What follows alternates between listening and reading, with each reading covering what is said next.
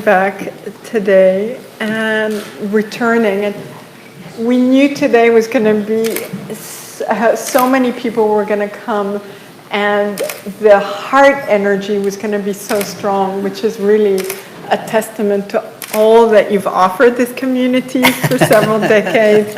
And we want to express our gratitude for your return, and congratulations for your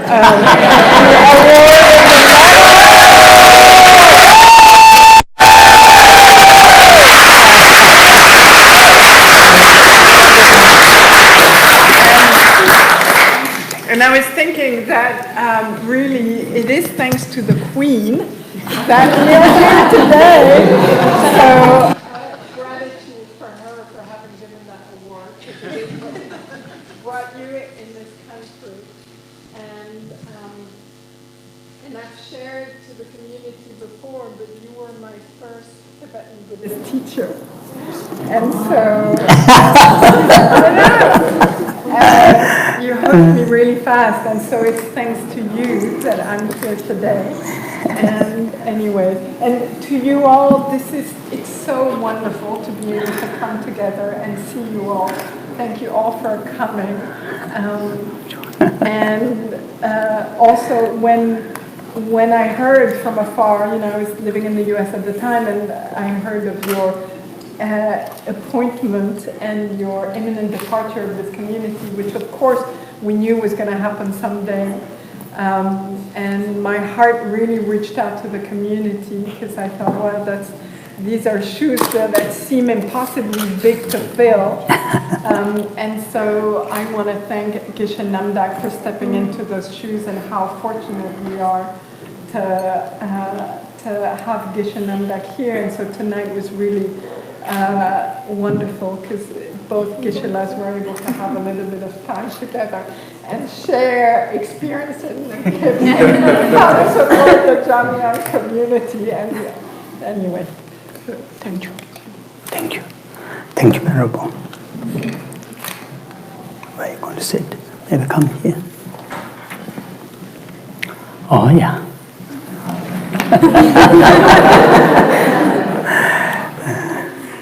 So first, I will do a little bit the more like officially whatever. Then I will go into my blah blah. So, first of all, I would like to say thank you for the the very nice, warm welcoming here. From the director and from Geshe Namdak, and also the whole community. And many of you came from long distance. And I know the British weather, and particularly this kind of time. And also weekends are not easy, the public transports. Regardless of all those challenges, you just come to see me and to say hello. And it was really very moving, and the joy to see many, I won't say many old faces, I will say many familiar faces, and also there are some new faces. And so I want to say from my heart, thank you for coming, to see me. So that is really just the official part of what I want to say. And so first I will say just a few words about this, why I came here. There are 2-3 reasons, and one of the reasons, as Venerable briefly touched on, that is, in March, end of March, I received an email from the British establishment Sorry to people who don't like the establishment. And so I received an email from the cabinet office from that part of the who deal with the award, and saying I was nominated, and I didn't pay that much attention in the first 3-4 weeks. I thought, is it true? And for what reason? And all those things. And then I went to Dharamsala for His Holiness Dalai Lama's Long Life prayer, and I got this next email reminding, saying there are only a few days, whether you want to say yes, I want to receive it or not. But that time, while I was reading that email, one of my friends also occasionally I talk to, not monk, but lay. Occasionally I talk to him some of those, which I'm not very clear in this my new role. In this my new role, there are many things which I'm not very sure where should I step, where should I put my feet and so forth. And he was there with me discussing some of the other issues, certain other points. And I said to him, look, I have this email, and I'm not sure whether I'm going to take it or go to receive it. And he said, no, you should do it. You should write immediately saying, yes, I'm going to receive it. And so that's how it happened. And then, in July, that actual announcement. And then, one of the reasons I came here with a short period of time to visit to UK is to receive that award. I said to some of my, the colleagues in monasteries, other abbots, we have frequent meetings being the abbots of the different monasteries. And I said, I'm not sure, what this award will do for me. A man reached over 60, and end of my working life. I don't think it will bring me extra, increase my salary. But and also, my present job, I don't have salary, so I don't know. I don't know what's going to happen with this award.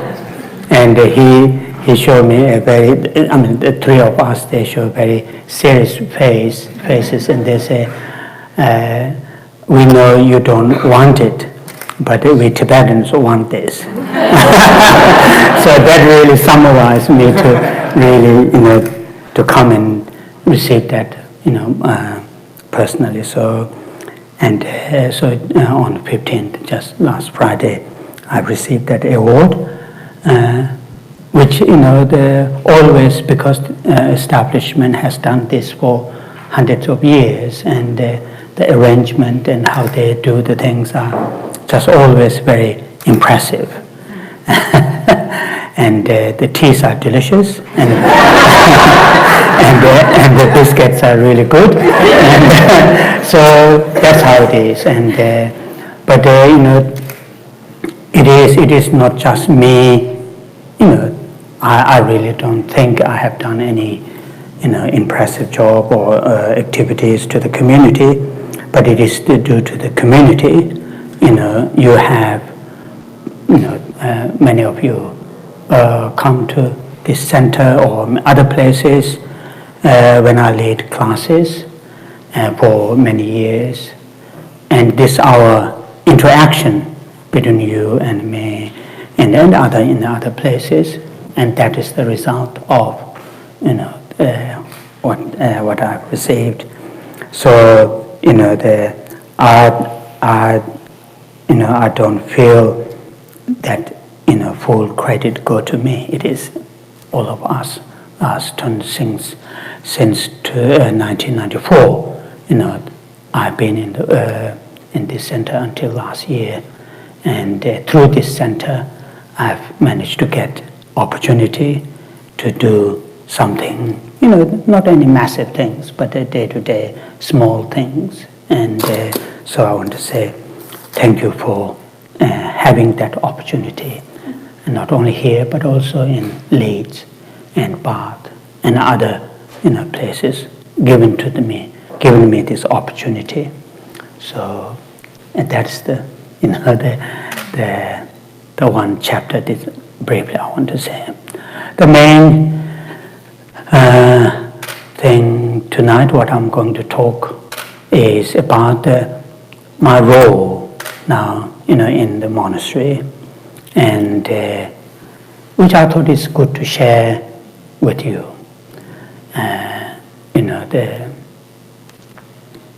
So last night, the Tibetan community, London, they sent me an email a few weeks back saying they want to do a celebration.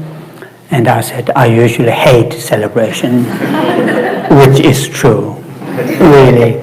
But now my life, in my new role, I have to, participate again and again and again. And as many of you know, in the Tibetan gathering, particularly celebration gathering, there's always tea and rice. Started with the tea and rice. And when the Tibetan community sent me an email saying they want to do a short, small celebration, I said, okay, if you give me an opportunity to say a few words to the local Tibetan, then I will come to that celebration. And last night I joined with the Tibetans, and many of them came. And so main point why I'm saying this is also same in here, when Jamyang director sent me an email saying, it will be nice to come here, to join and to see the, similar faces. And I thought, okay, that's fine. I will have, opportunity to share some of the things that I'm going through in my new role. So last year, when I received this, information in March that I was appointed as a abbot of the Sera Mey, I had a mixed feeling. Well, that's true. That's not any fabrication. It is true. I had a very mixed feeling.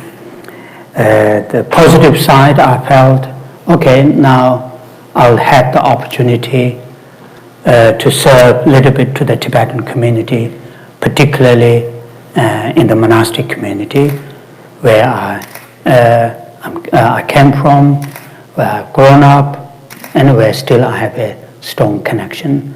My teachers, and some of my colleagues, classmates, and so forth. In that way, and also I felt it is the right time, over 60, it is the right time to say bye-bye to this kind of, work and have a new role. And on the other hand, I was, I was worried, and I'm still worried, how much I can sort of contribute to that community. And after that, I have to come back, but I like it not British weather. I have to come back because, I have not, and if I want to live in India until my last day, then I have to have Indian papers, which is big headache, and I'm not going to try. So therefore I have to come back. So, when I come back, whether I'm going to cope, to reestablish back to the UK. So there are lots of personal mixture feelings.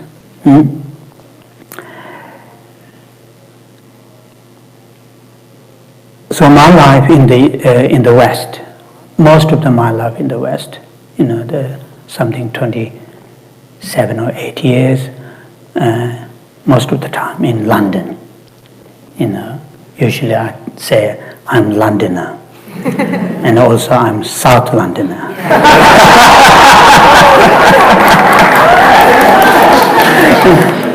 And my friend Steve doesn't like that because he used to be black cab driver, and in the earlier times Steve says we black cab driver don't go to cross the South London.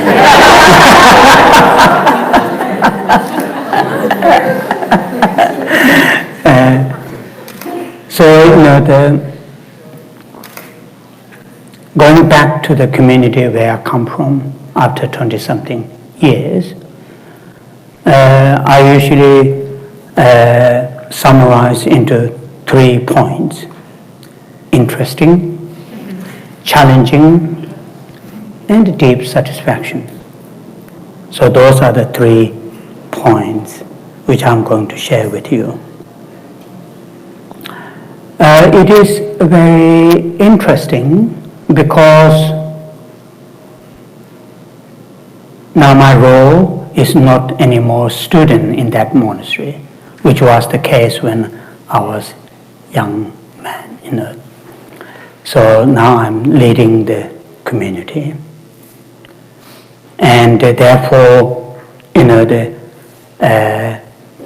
I have to really I have to really think carefully what I'm going to say, how I'm going to say, and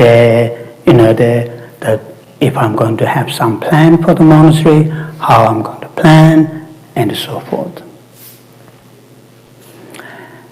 And why it is very interesting, because living here for 20-something years, very subconsciously, very subconsciously, I learned, I picked up many of Western way of thinking. Not very deliberately, mainly just talking to my friends for 20-something years with my broken English and all those things. I have picked up many Western way of thinking, including my writing. Although my English writing, some of you know my English writing is terrible, very poor. But after 2 weeks after I took that role, one of the secretary, Tibetan secretary, a monk, came to to me and saying, can you draft 3 letters for different people? So I said, okay, I will do that. And I drafted and I emailed back. And after a few hours, this secretary came up to my place, and his face is very,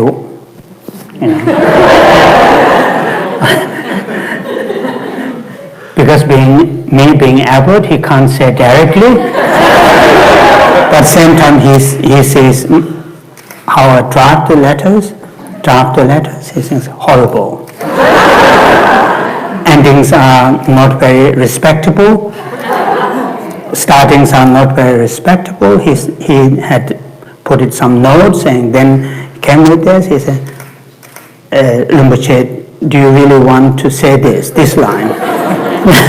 Do you really want to address this way? And I said, okay, these are the points we need to make. Now you drop one. And he came back in a very honorific starting, very honorific ending. So then that time I noticed, okay, I have picked up many Western way of communicating, very direct.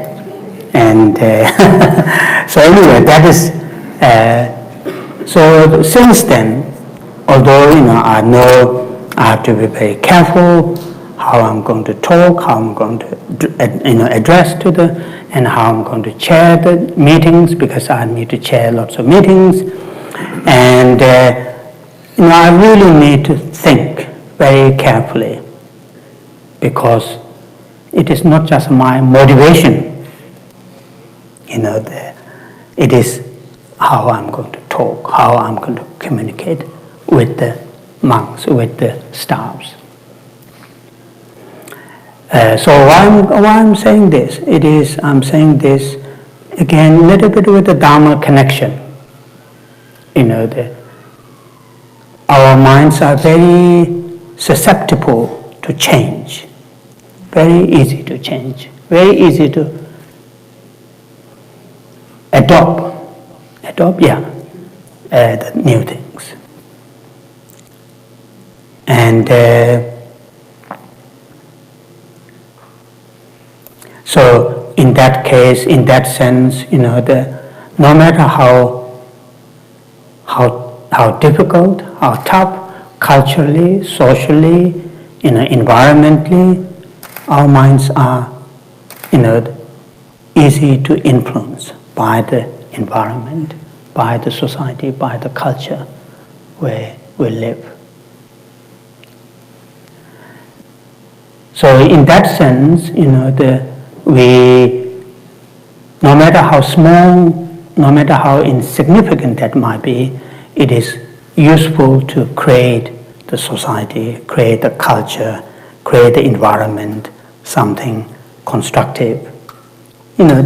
Whether we lead as a Dharma classes or not, in the family, in the community, in the bigger society, just creating the environment, the culture itself, if we create a positive, constructive culture and environment, that itself helps to our way of communicating to the other beings, other human beings.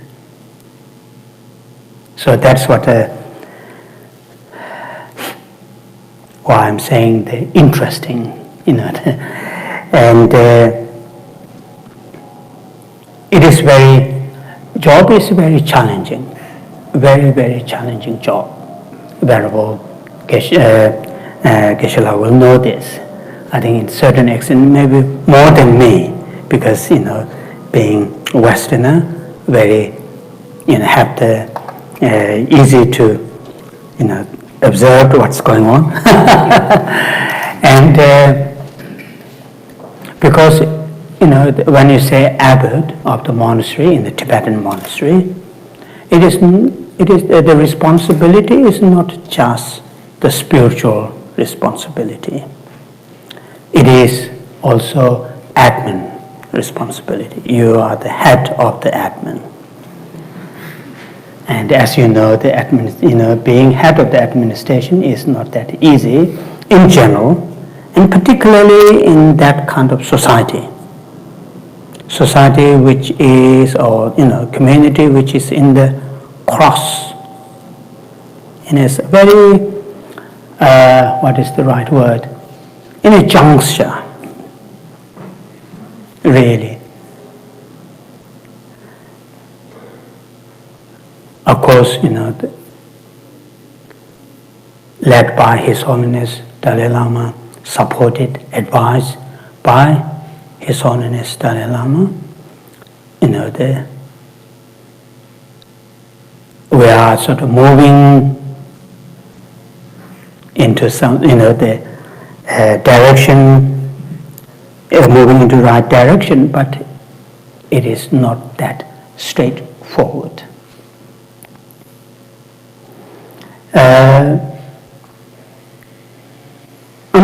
First of all, spiritually, when I say spiritually, more in the education, Buddhist study. Monastery, the Sera Monastery where I am, within that Sera Mey, there are 2,200, 300 monks, and within that there are about 642 school children, And so out of 640 something school children, 72.3% are aged below 12.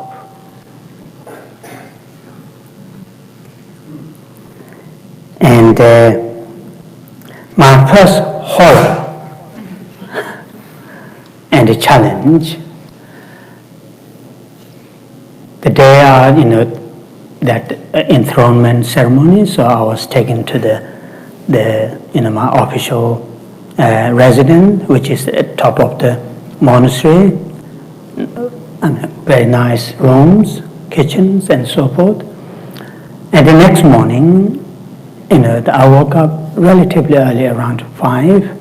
Then around 5:45, I started to hear the, children's voice. And it was raining, June.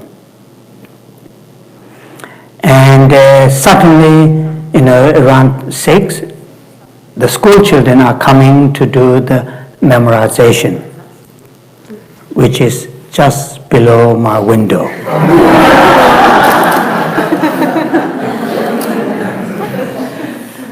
About 600.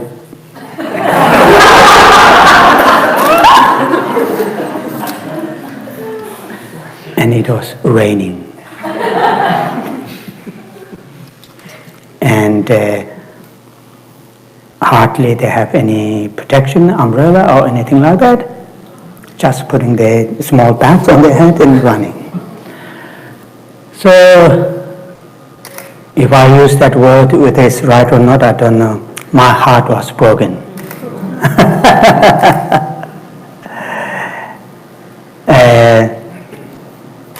So then around 7:45, they all left back to their individual houses, to their teachers.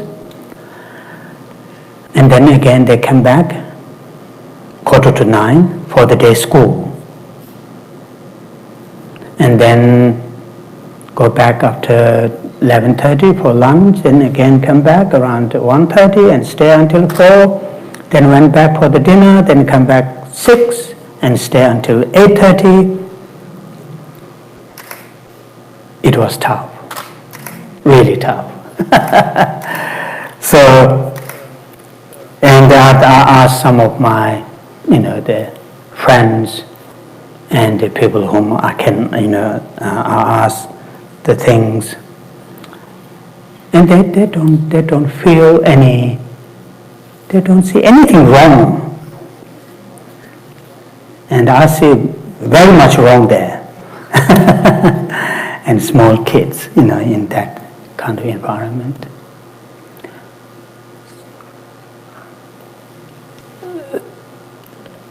So after 2 months, I negotiated with the school teachers and the monastery admin, saying, why don't we stop having morning memorization?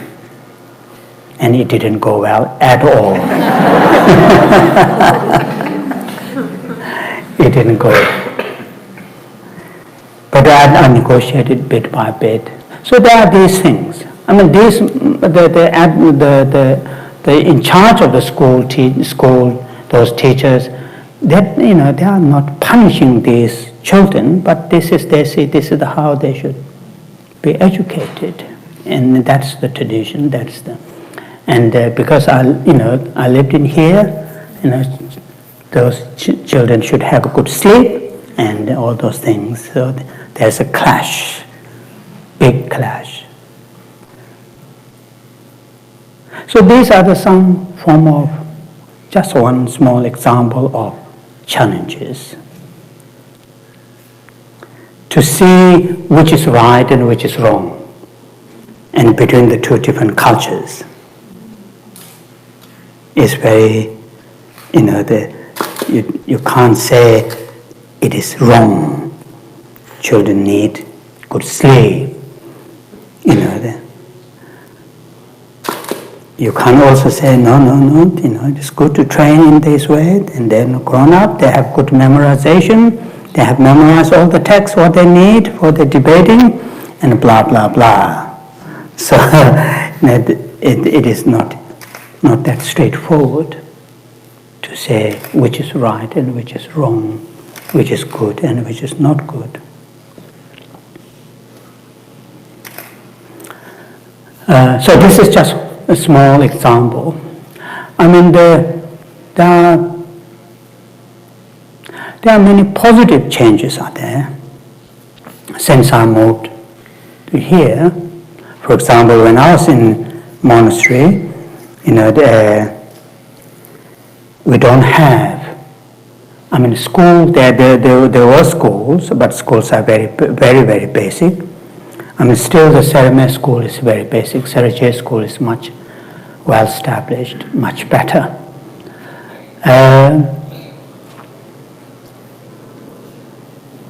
But these kids, they receive these modern educations.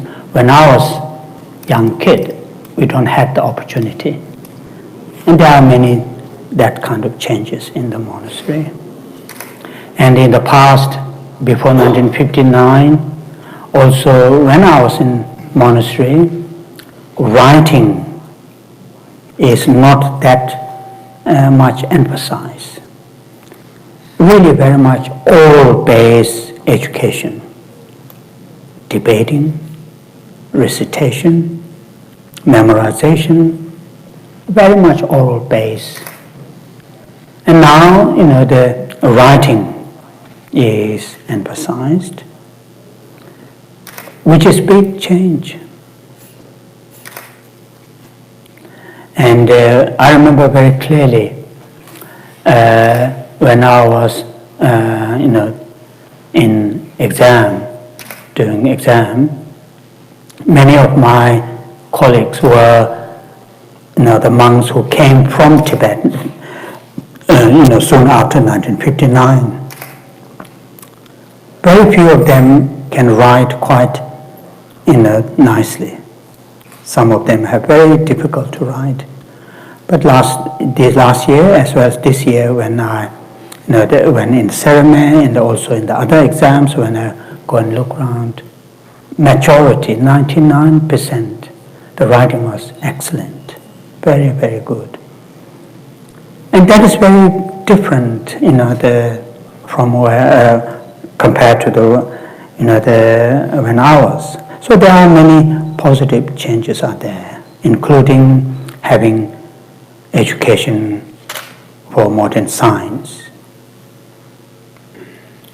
Still very early stage. Nevertheless, it is taking place, and it is set within the curriculum. If you want to become to go through the Geshe degree and this Geshe degree, you have to go through pass through those exams, and still, in pipeline, new projects are happening. So there are many positive changes there too. But there are also some changes which are not positive, very worrying, changes are there too. One time, my flat, which is in the top of the Sera Mey monastery, and from that, on the east window, from that window, I can see the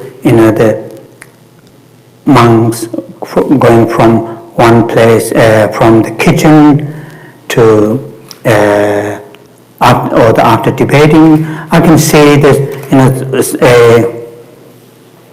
what's the right word? Not from the long distance. I'll see, they're walking. So one day, for 30 minutes, I did a little bit of observation. And within that 30 minutes, about 28 monks passed from that window shot where I can see. And out of the 28, 26 were on the phone.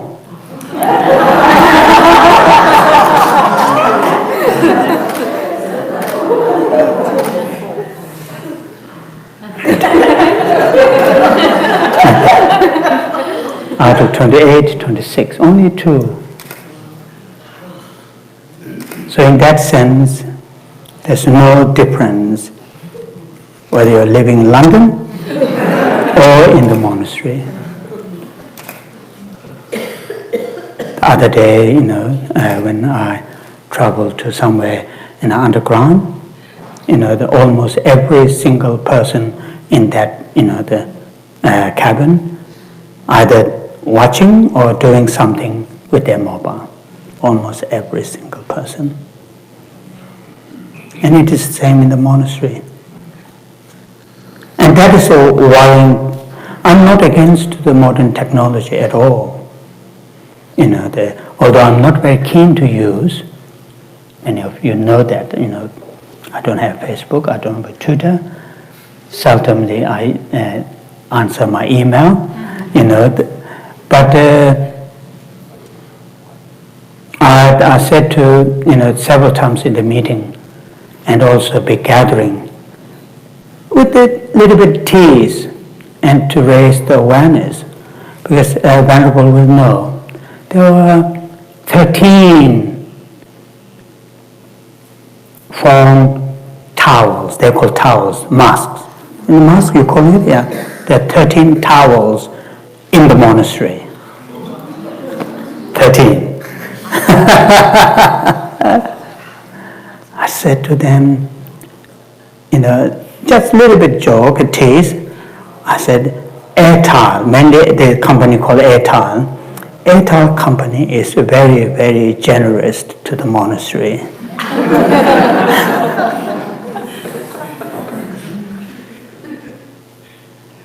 I'm sure, I know some of the monks are using the internet to download, to connect very positively. But I doubt, the others, for what purpose. But definitely they are using huge amounts of what's called data. And that's the sign why they are putting more and more towels.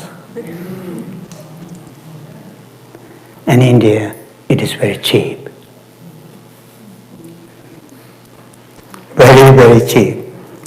I did a Google. India is the second cheapest in the world. Internet. Not necessarily that much reliable. Quite often it's got stop. There's no no reason, but that is the case. So there are some of the changes are very challenging, very worrying. At the same time, the head of the abbots, we don't have clue what to do with that. We had lots of meetings, we have lots of discussions, but we have no clue. In here or in the other developed country, you have lots of information. What are the disadvantages?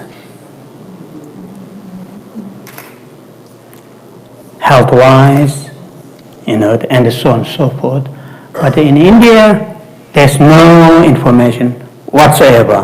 What are the disadvantages of having constantly looking at the screen? And this small screen, and so forth. So those are something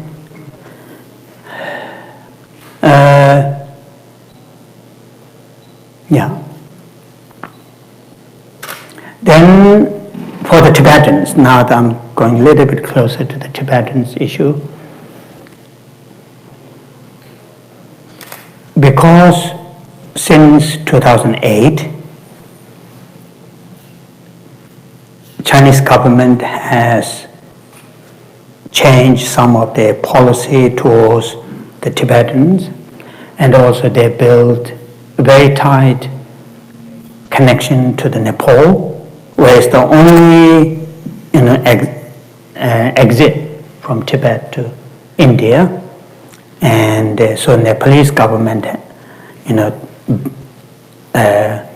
developed a very, very strict and tough border. And also there are some other reasons, change within the Tibet itself, because since I was told, and I read some articles, since 2001 to 3, Chinese government has given huge loan to the Tibetans to set up businesses. So all this together, since 2008, very few young Tibetans crossing the mountains and coming to India. So because of that, monasteries have less and less and less Tibetans to join, to study. From 1981 to until 2000, early 2000, every year 300-400 young men, Tibetans, join the monasteries. Now, since I became abbot, since last June, in Sera Mey, we haven't got a single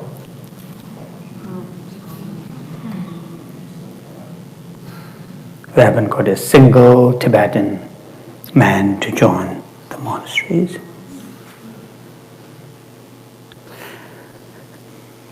Then another issue, another connection with the relation to that, younger generation Tibetans who live in India or in Nepal, first of all, the population in exile is very small, not that big, less than 100,000. Although say about 100,000, I think in reality less than 100,000. Now recently they did a census, half of that now live outside Nepal and India. That means in Europe, in America, in Canada, or in those other places. So population in India and Nepal, Tibetan is very small. I mean, this changes is, recently, why the half now live outside India and Nepal. It started in early 91, 92, and it accelerated in around 2000. And now they are predicting in 2025 or 2030, only quarter will live in India or Nepal.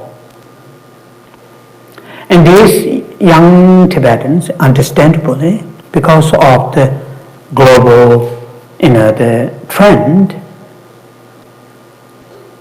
they have only 2-3 children.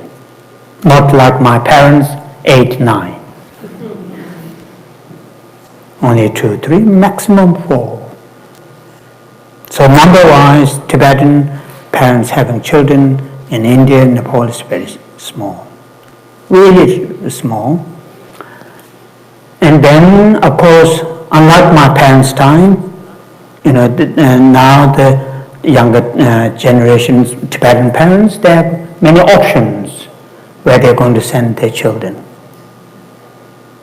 Monastery is not the first option.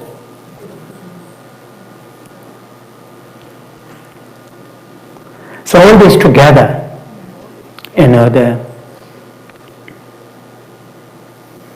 general, it is really great to see the number of monks. I told you in Serme we have about 600 something school children. And altogether, about 200 currently they take food from Serme. And Serache is much more. So the number is huge, but the Tibetan, after 2008, very few newcomers in the monastery, less and less and less, now almost stopped.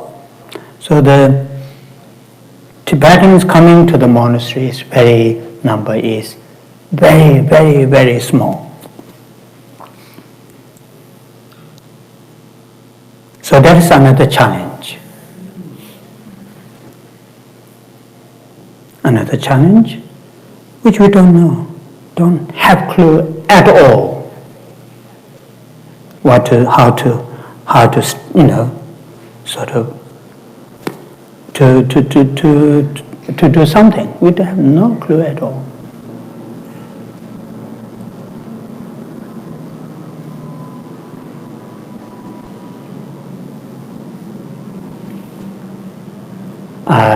Yesterday I teased the Tibetan community here. I said to the Tibetan community here, because as I just mentioned, now half of the exiled Tibetans are living outside India and Nepal. No matter how small the community in London or in the UK, we should work harder to teach Tibetan children the Tibetan language, Tibetan writing, and also, to give them the taste of Tibetan, the teachings of the Buddha. Because, now half of the exiled community live outside India and Nepal. Before, we can say, oh, they will keep the continuation of the Tibetan language and everything. But now that is slowly fading away. So I said to them, please don't, because in India I noticed, this is very funny, some of the young Tibetan parents, if their children are not behaving well, particularly boys, and they will say, if you don't behave well, I will send you to the monastery.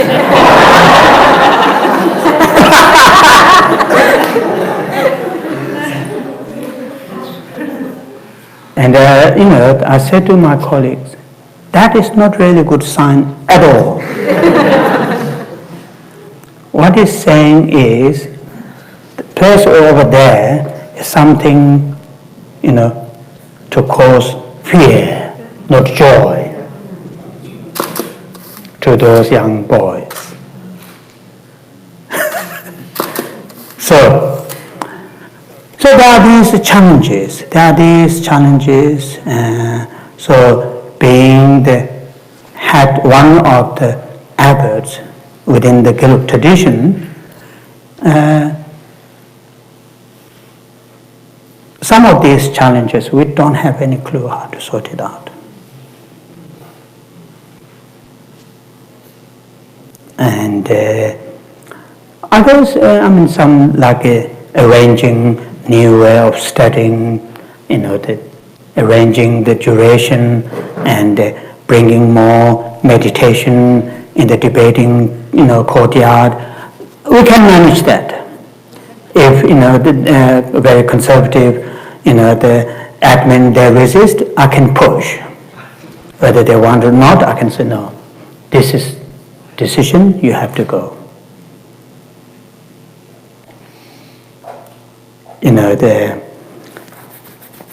It is same in Sera as well as Sera Mey. Lots of evening, during the term time, lots of recitations before the debating, lots of recitations, hours and hours. I enjoyed that when I was a young boy because I have memorized a lot, and my teacher was the chanting master for 10, 12 years, so I enjoy. But I said, this is not right. We should change. We should reduce the recitation, have more sort of divided meditation, debating, and the recitation. So I get lots of blame. But I said, no, whatever you say, I'm not going to change my mind. And this is going to happen. So those things we can do. But there are some bigger challenges which, trend is gone too far and not that easy to, the solutions are not that easy. So that is the challenging part. So out of 3 points, interesting, which I haven't said that much, but that's enough. And the second one is I said more, that is challenging. So I said a lot because that's in my head, and I said more. So the third point, which is this deep satisfaction. And that is my personal experience. For example,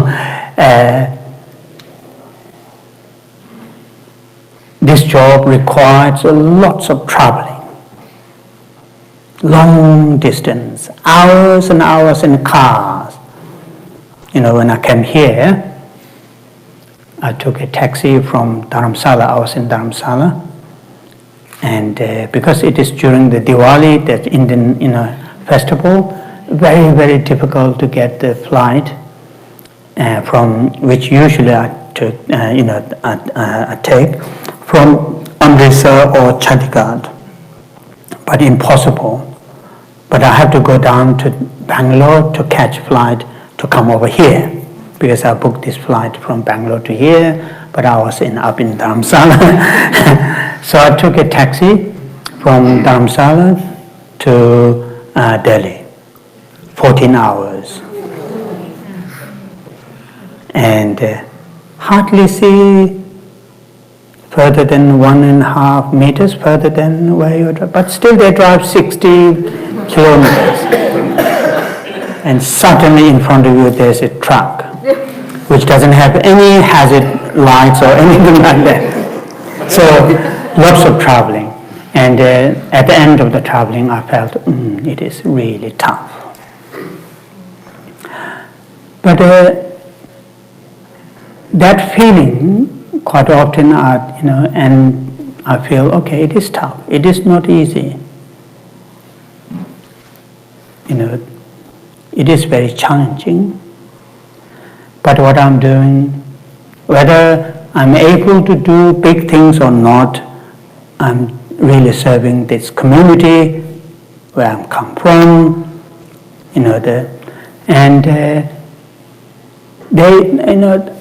in deep down, there might be some self-interest, but there's no self-interest whatsoever in my mind, in surface. But in deep down, there might be, I don't know. So in that way, I feel very, whatever challenges, whatever difficulties are there, deep down, there's a deep satisfaction. Days doesn't go that fast. Morning, okay, there's another meeting, okay, there's another, somebody's going to come to see me, asking something, blah, blah, blah. So when you look at the day, not easy to pass. But months, years, since I took this job, nearly a year and a half is already passed. So in that way, deep down, as I mentioned earlier, my working age, it come this job at my working age. So I thought it's fine. And it is not going to be forever. And therefore it's fine. And also, years passing relatively fast, therefore it's fine. So deep down, there is a sense of satisfaction. Of course, I'm not going to able to please all the monks. That's impossible. But at the end of my term, hopefully I will feel okay. This lifetime managed to do something to the community where I come from. And I have this opportunity, and I'll seize the opportunity, and I'll do my best to serve this. So that is what I'm going to share with you. Now a few questions. usually from the questions, more interesting things will come. Any kind of question will be fine, except the Dharma question. Okay, ready?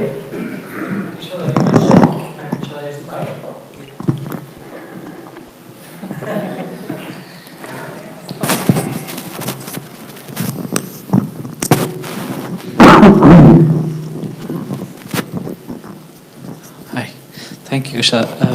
So you mentioned that there's this big problem with Tibetans not having in the future enough young Tibetans joining monastery.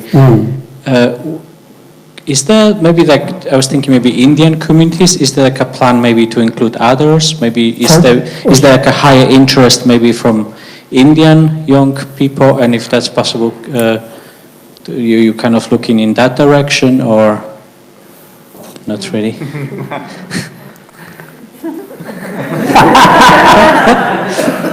Very good question. So I'm going to be very frank and very honest. Since I became abbot, there are 43 boys are joined the monastery. Out of 42, there are only 2 are Tibetans. The rest of all are I would say non-Tibetan speakers. Tibetan is not their first language. And they all, majority are below age 12. So now you can get the answer. Do they have really interest in Dharma? Under age 12? Mainly football, I think it was born. So you need to create more football places. So you need to create more football patches then. But that is not allowed in the monastery, sadly. So we get lots of young boys, mainly from non-Tibetan speakers. Not many from Ladakh, used to be. Not many from Arunachal, used to be. But more from for example, recently there were 13 or 14 boys came from India and Bangladesh border. There's a particular tribe called Jamyang. And these parents, I never met those parents. And last year, usually around January, February, that's the end of Tibetan calendar.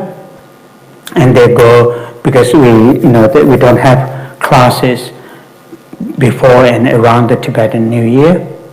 So they go to see the parents or relatives and so forth.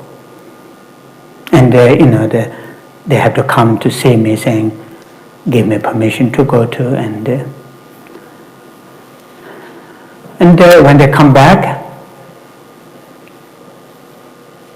usually, when they come back, and they have to come to see me saying, I have returned. And I did a little bit, research on that. I asked those boys in the different ages. And below 10, 12, they tell really truth. They don't say, different things than what their parents have told them. Above 12, they say slightly different. I can tell that from their face. So those small boys, I say, welcome back to the monastery. And how are your parents? And what was the advice your parents gave you? And they say, oh yeah, my father said, stay in the monastery until 15, then I will find you a job.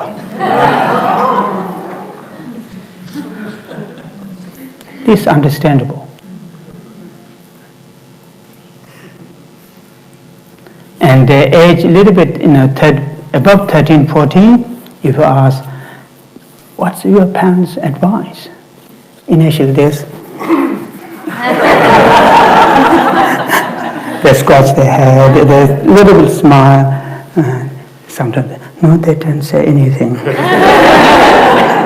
And I said, no, I know what they have said. And they will laugh. And the advice is almost same.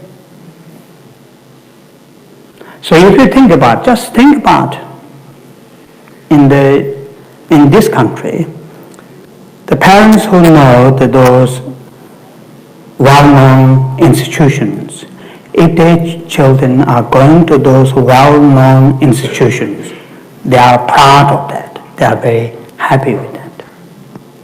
My parents, when I was into the monastery, my younger brother, they were very proud of that. They really want their sons to succeed in the monastery, to finish the education, to stay in the monastery, and so forth.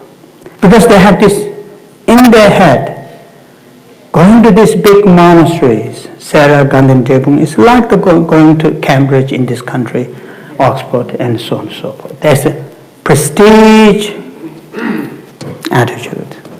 And these parents, they don't have that connection whatsoever. They have no understanding. What they have, the middleman who is bringing children to the monastery, say, your son will get education, free, fetted, well fetted. And maybe end of the year when he comes back, may bring a little bit of money. So think about that.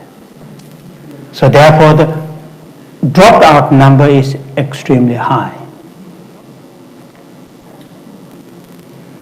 The age started mainly in the constitution, Gelug constitution, it said age 7, but it's somehow much lower than that, 4, 5, 6. If you go a little bit higher, less and less and less, that's a sign when they go back, they don't return. Maybe Jeff knows these situations. Oh yeah, I'm dreadful. Dreadful, you say? Gandhin, dreadful. But Geshe, is it more also a reflection on how difficult it is for children to leave Tibet now? Are there more restrictions? Oh yeah, that's what I said earlier. The Chinese put it extremely hard, put a huge pressure on Nepalese government. So they put it very, very restricted. So that's another issue. Okay, any other questions? Okay, Cynthia. Use this one. Geshe, is there anything that we here in this community could offer you to help you in your challenges?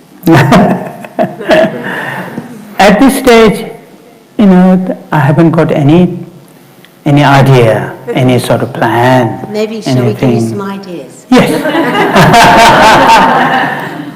Yes. I mean, some of those challenges, for example, in the monastery schools, like Sera Mey, there are many young students, as I mentioned earlier, but all the teachers are male. And so last year, around the end of last year, I had several meetings with the school admins and other in charge. I said, no, this is not good. We should have female teacher. It's really, the difference to particularly those young boys. And when they're grown up in that kind of environment, all male-oriented environment, it won't be very... So eventually they accept it. And now in the Serme school we have 5 female teachers out of 22, and 1 admin. So 6 women in there. But these monks who are in charge of the monastery, they don't have any bad motivation or anything like that. Has been like this for centuries. And they really care, they really worries about the qualities and the preservations and all those things. They don't have any bad attitude. But that has been like that. And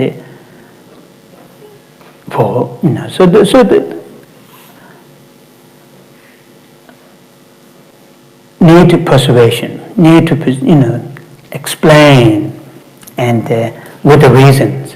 Many of these monks have a very smart minds. If you explain with the reasons, they accept gradually. What about materials? Actual. Sorry. Materials, school materials, or things like that. That's one thing which I just when I first came here, I stayed 4 or 5 days with my sister in Leeds, and my sister has, the daughter age reaching 3, and some of her, those playing, the tools are up and on. That would be nice to have in the monastery. In India, there are, I visited 2 or 3 shops in Bangalore, the education, selling education there. There are things there, but it is, it is not just the material. It is the how to deliver those materials to the kids and so forth. Yeah. At this stage, I don't have any sort of clear thing. Okay, you may have this point. No. Yeah. Okay, down there, Mary. But remember to suggest if you need. Yeah. It's about the little monks, the small boys. A question, just small preamble. Once I was in Kopan, and they had little boy monks. And they were able to speak and understand English, some of them. Okay, now this is another interesting thing. As I mentioned, there are very few Tibetan speakers in the schools, and there are 4 or 5 different languages are going around. There's Nepalese speaking. There's a small area from Arunachal, eastern India, and Chiang Mai, big number. And but all the things are taught in Tibetan, and it's a big challenge for them. So because Sera Mey monastery's school is not, on the one hand, it is very much not well looked after, so it is not registered in the state governments as a school, so it's easy to change the curriculum. So what I said is, all the subjects until class, English will not be taught until class 3. So from the kindergarten up to class 3, everything is taught in Tibetan or whatever subject. And from then on, English is taught only as a language. All the subjects are taught in Tibetan. So in other words, medium is not in English but in Tibetan. It will help a little bit, but it will, if they go further, they face different challenges. So in the schoolyard, I was told, and I haven't seen myself, some boys, they speak 3 different languages quite well. Their own language either is Nepalese, and their friends, whatever, Chiang Mai, Bangladesh language, or Hindi. Some they are, boys from the near Budgaya, and so it is not very much Tibetan. Tibetans getting less and less, but all the teachers teach in Tibetan, so their brain might be very, very confused. Another little question, Yes. a small one. Again, remembering Kopan, to the small boys, I used to talk to them, and in English, of course, and say, what do you like the best? What is the best thing here? Separately, not just in a gang. Always and always and always, what do you like the most? Always the same answer was prostrations. Prostration. Yeah, yeah. Because, we know why. All kids, universal thing. They like exercise and they need exercise. Now, it doesn't have to be football, I know. Not football in a monastery, sure. But, like, theoretically, not possible, some kind of nice physical, like yoga for boys, or, like something like that would be so nice for the kids. Yeah. And whatever the parents say, if the little boys, if they like school better, like sheer enjoyment, bit of sheer enjoyment. I agree with you, but I can't dare to say this in the monastery. Can you pass the microphone down there? Venerable, what time are we going to stop? Thank you, Geshe. My question is, we're talking a lot about... Okay. Yeah. Sorry. Okay. Sorry. Yeah. Thank you. My question is, we're talking about the young boys. What about the young girls? Okay. I spent time many years ago in Dharamsala, 1 year, and I'm a retired Montessori teacher, so I would spend many days at the Dalai Lama Sisters Montessori School, and that the method worked very, very well. And obviously you're talking about many things of a dying culture, perhaps. So if the boys are going to the monasteries, are the young girls going to the nunneries? Okay. So I didn't talk at all about the girls, because my role is more in the monastery, so I thought that's why I focus. You're right.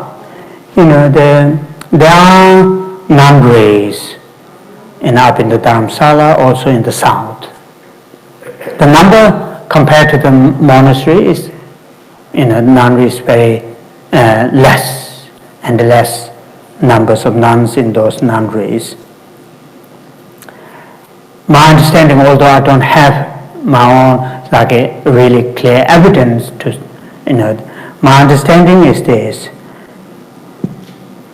in those nunneries, very similar pattern is showing in terms of the Tibetan nuns going to nunnery.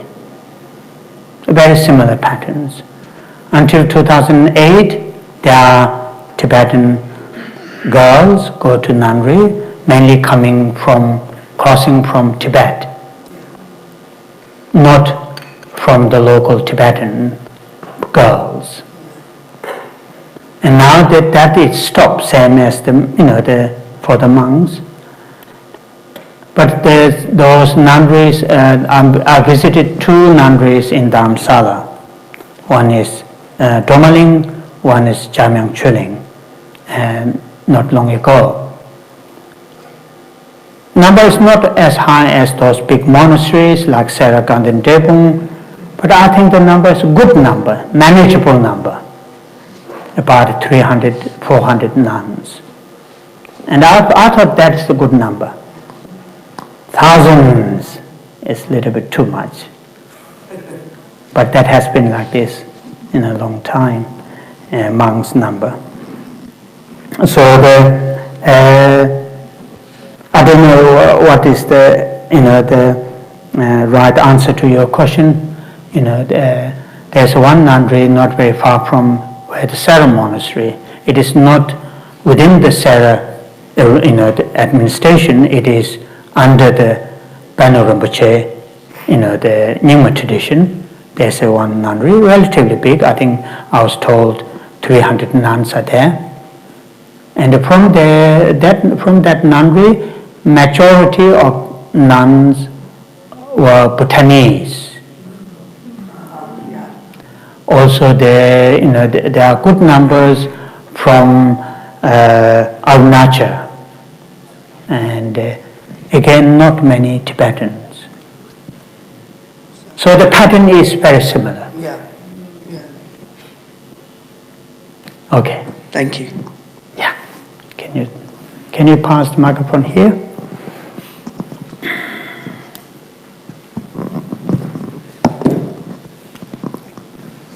Thank you, Geshe.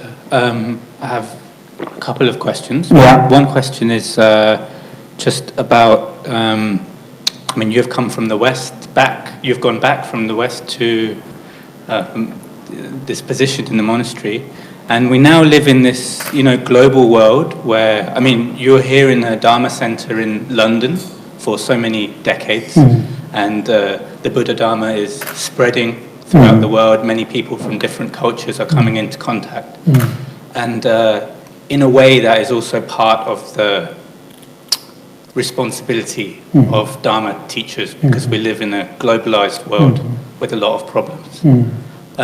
I was just wondering if you would be able to talk about any relationship or any thought between the monastery, the Tibetan monastery, which traditionally was a place for Tibetans to come and preserve the culture as well as the Dharma traditions, and the fact that we now need maybe new kind of Dharma teachers in the world, maybe coming from monasteries or maybe coming from somewhere else, I don't know, to teach in different languages and so forth. And I don't know, obviously we have Geshe here as an example in a way of, Westerner who's been through the whole training system and come back. So that was one thing I was wondering if you had any thoughts, or, if you see any very promising people in your own monastery that can, could maybe go out into the world. And then the other question was just regarding your... I'll answer to that. Oh, yes, sure. I have a very forgettable mind now. Sure. So, I hold this view for quite some time ago, and I've said this several times over the years while I was here. Yes, traditionally and up to now, and also, for feasible future, to preserve Tibetan Buddhism, is, and to produce these great teachers, going to be and had been from the monastery. But ideally, and also more in the longer term, it shouldn't be just in the monastery. The resource teacher comes from the teacher coming to the Dharma teacher coming from, is not only from the monastery. Why? Monastery, look at in this country. I think in 2008 or 9, one time I was in Leeds. I was taken to this ruin, the monastery, Christian monastery. These are not destroyed by the communist, Chinese communist or Russian communist.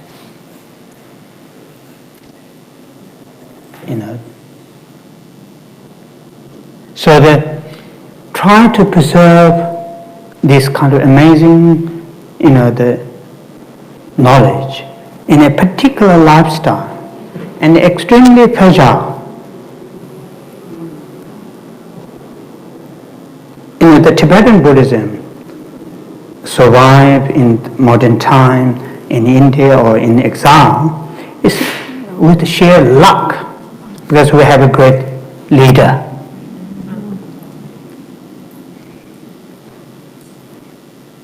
His Holiness Dalai Lama, when in 1959 and we lost the country in 1960, first thing he did is two things. School for the kids, those monks who crossed the Himalayas have a place to stay, and that was in East India, a place called Baksa, which used to be, in a British colonial time, big jail. So many of these, initially Indian government said only 500 monks. But his owner said, it's too small, we need more. Because that time,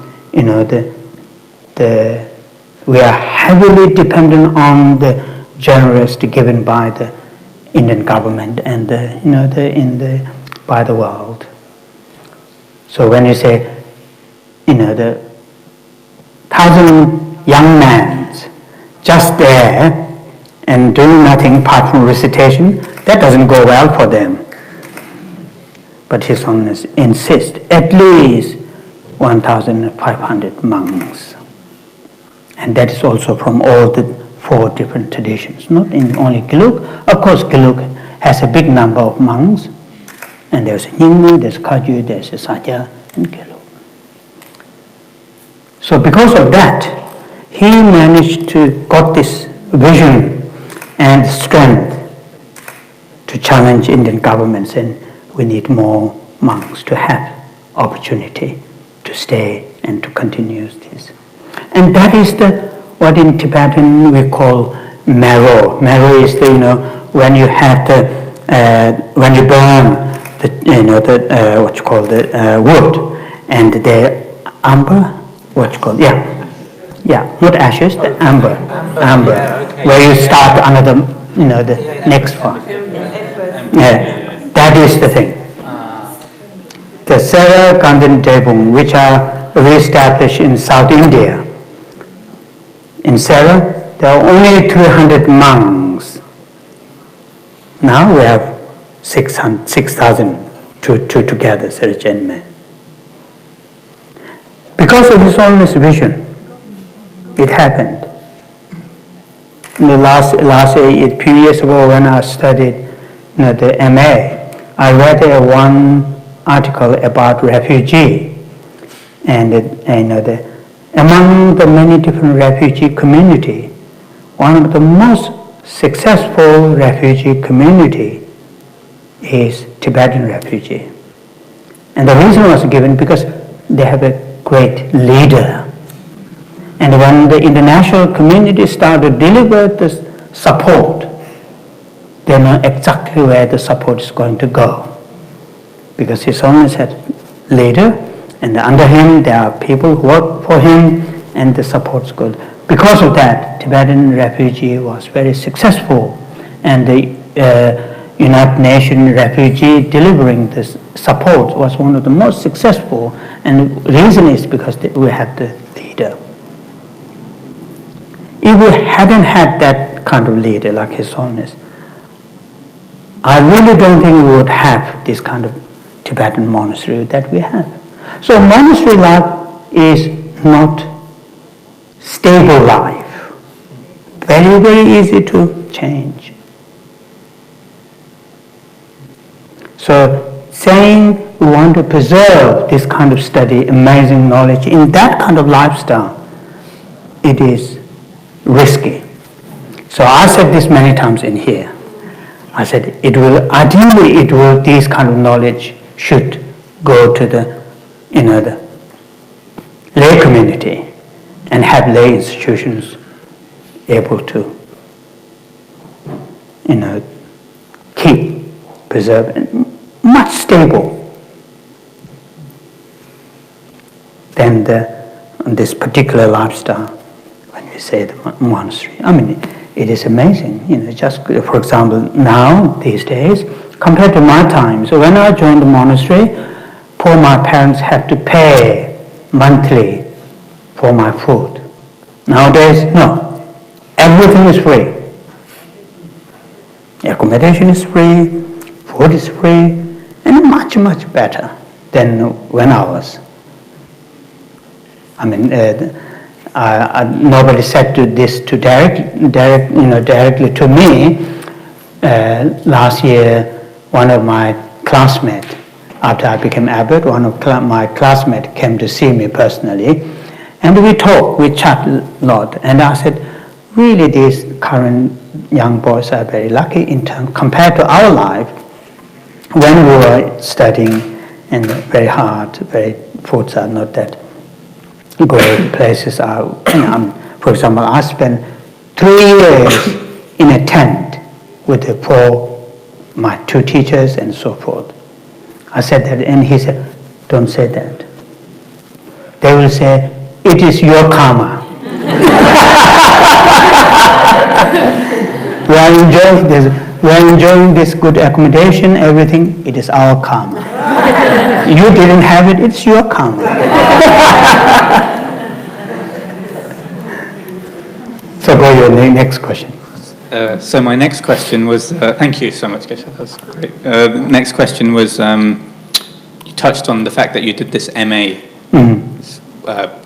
Social and Cultural Anthropology, MA, kind of unusual for a Tibetan Geshe and abbot to have done.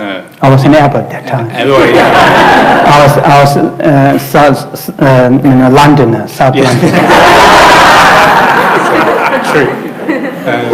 So I was just wondering if maybe it's a shorter question, but it's quite a lot of study and quite a lot of material and all these things that you studied in the university context, and if that, I don't know how that has influenced the way you look at things in the monastery, in the world. It gave me a little bit tools, as I said. Since I became abbot, I did one big what's called survey to the Serme monks. Not all the young boys, at certain class. There were 450 something monks participated with the 30 questions, 6 different sections. So that is because I did this study. I got that. And I just mentioned, the one day, half an hour, I look at from my window, and I count how many monks passed during this half an hour, and 28 out of 28, 26 got the mobile in their hand, they're doing something. So these are the benefits of doing Participant observation. Participant observation, that is the thing. Yeah. I'm doing exactly that now. Any other questions? Oh, there's one, done. Oh yeah, Peter, then one microphone is here, start from there, then next there, yeah. So I was just wondering, Geshe, why it is, what the reasons are that the local Tibetan community aren't sending their children to the monastery. Why they're not doing it so much anymore? I think if you were there, you won't send, if you had kid, you won't send to the monastery. Who will send your boys to wear these funny robes? Unless you have this culture background, as I mentioned. My parents, sent me, or send or push or whatever, I don't know. They have this tremendous sense of pride to send their boy to the monastery, which has, great this prestige. Nowadays, I don't think they see there's a great prestige in those big monasteries. First of all, the topic that we are studying in the monastery, they are really great, amazing, very important. They don't have a clue what we are studying. Young Tibetans. They don't have a clue. And for them it is also quite risky sending their boys to the monastery. After they reach age 16, 17, say, sorry mom, I don't want to go there. Big trouble. The education that you receive in the monastery may benefit when you reach age 60 or 70, not when you are 20, 30s.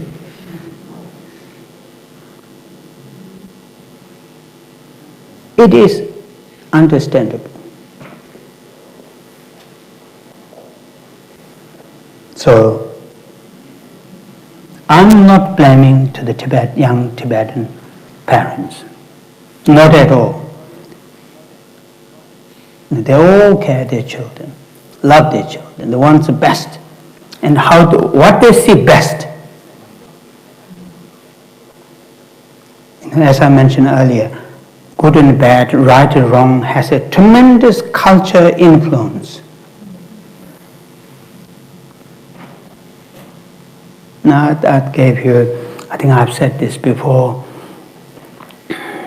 When I was with my parents, there was no television whatsoever. There was no mobile, there was no phone, nothing. So after the dinner, my dad will go to next to the small shrine and light a candle. Then they will start to do the prayer. That's what we hear when we're in bed. That's what we hear. Every single night, no matter how tough during the day in the field, wet and cold. In the evening, before going to bed, they will say the prayer.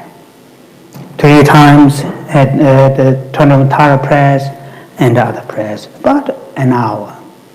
Occasionally my dad will doze off. Nowadays, they're very, very difficult. Even during having dinner, television is going, who wants to be millionaire, and all those junks. And that is how they've grown up and what they do. And that's the influence they have.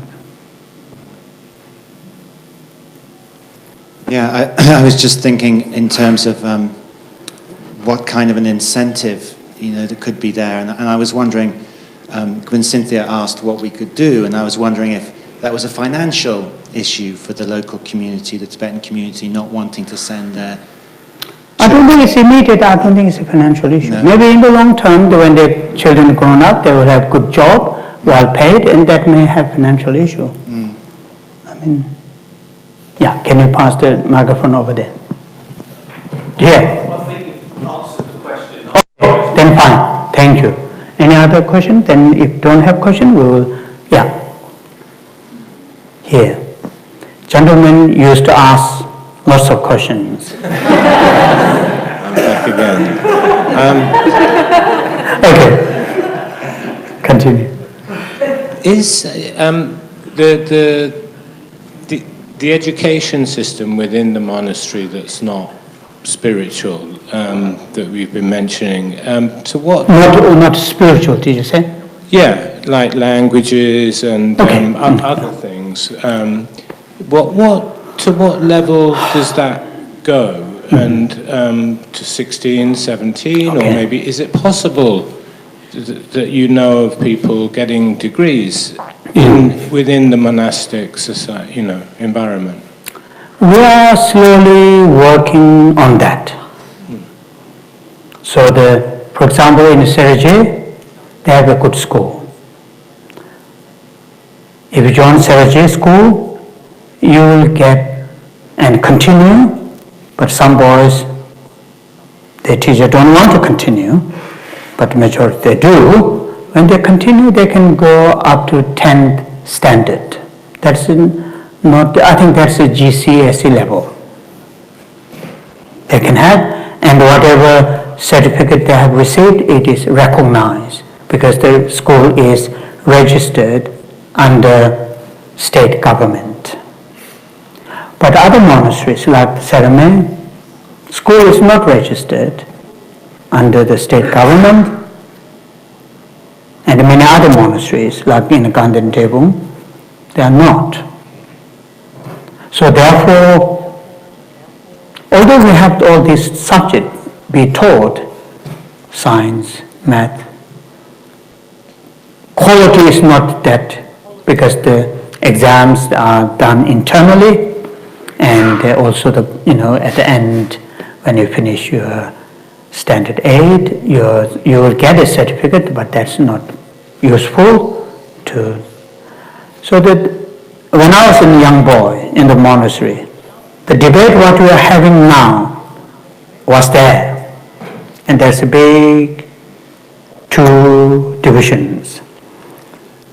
Some monks, particularly those who have powers, authorities, they will say, yes, we should give some modern education, but not full. If you give full, they will run away with that education. They will not stay in the monastery. And when I was in the monastery, Sera Mey school and other monastery schools, the abbots, the in charge, they said, no, we're not going to register it.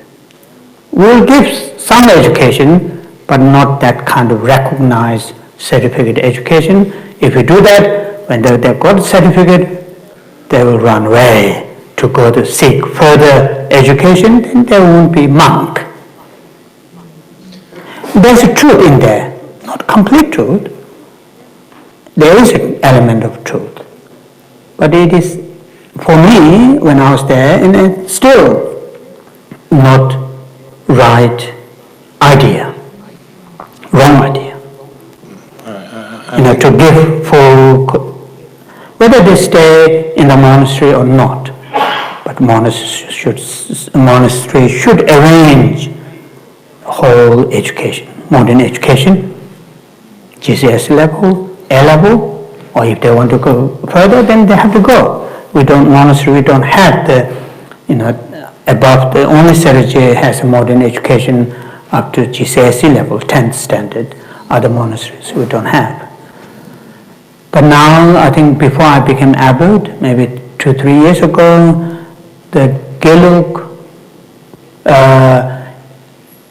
International Institution, or there's a Gelug organization, that is all the contemplating all those, working to have all the monastery school be registered in the state level and have to give the modern, and eventually to set up a recognized university. That's what we are working with that.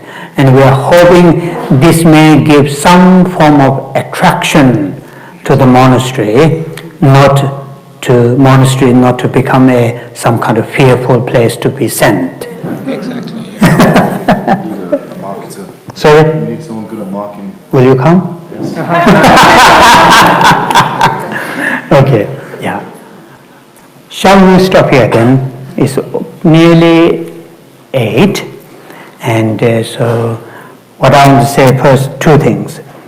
First, thank you very much for coming, and it is really, really nice to see, many familiar faces. I shouldn't say old faces.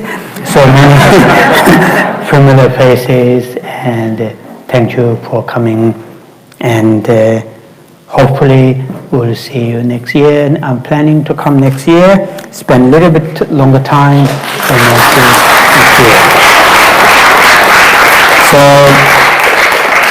thank you for coming. And so the second one is, as you can see, these nice 12 Buddhas, representing Buddha's 12 deeds, the historical Buddha's 12 deeds. These 6 are before he became monk, and these 6 are after he became monks, including the last parinirvana, passing into nirvana. So when I was here, they were kept as a completely, what is the right word? Natural, not just the natural. I was told, the Protestant culture want less color, less gold. So deliberately kept that just stone color. But now very nicely, what's called gilded with the gold, and with the skill, with the dedication, and so forth. And it is done by one man, and that is Miga.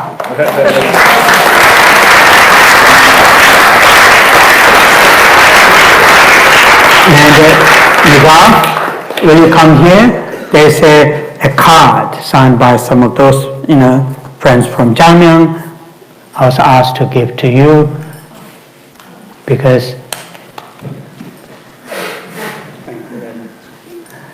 you have got a very big camera.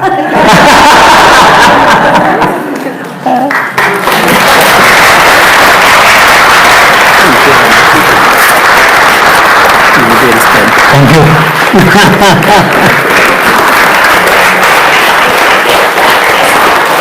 Miga had worked in this center many times. Can you see those nice prayer books? These are created by Miga. So he is creator, not God. I'm sorry. In this beautiful, table, it's also created by Miga, and also many other things around, And then there's a nice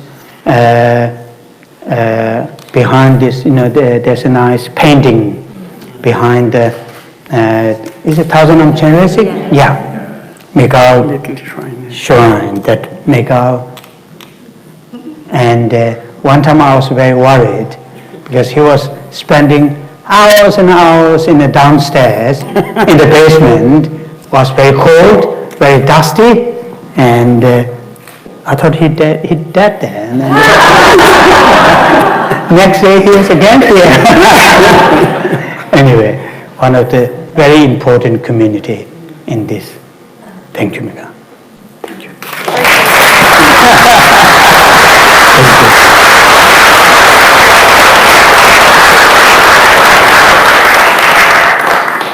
Yeah, thank you very much.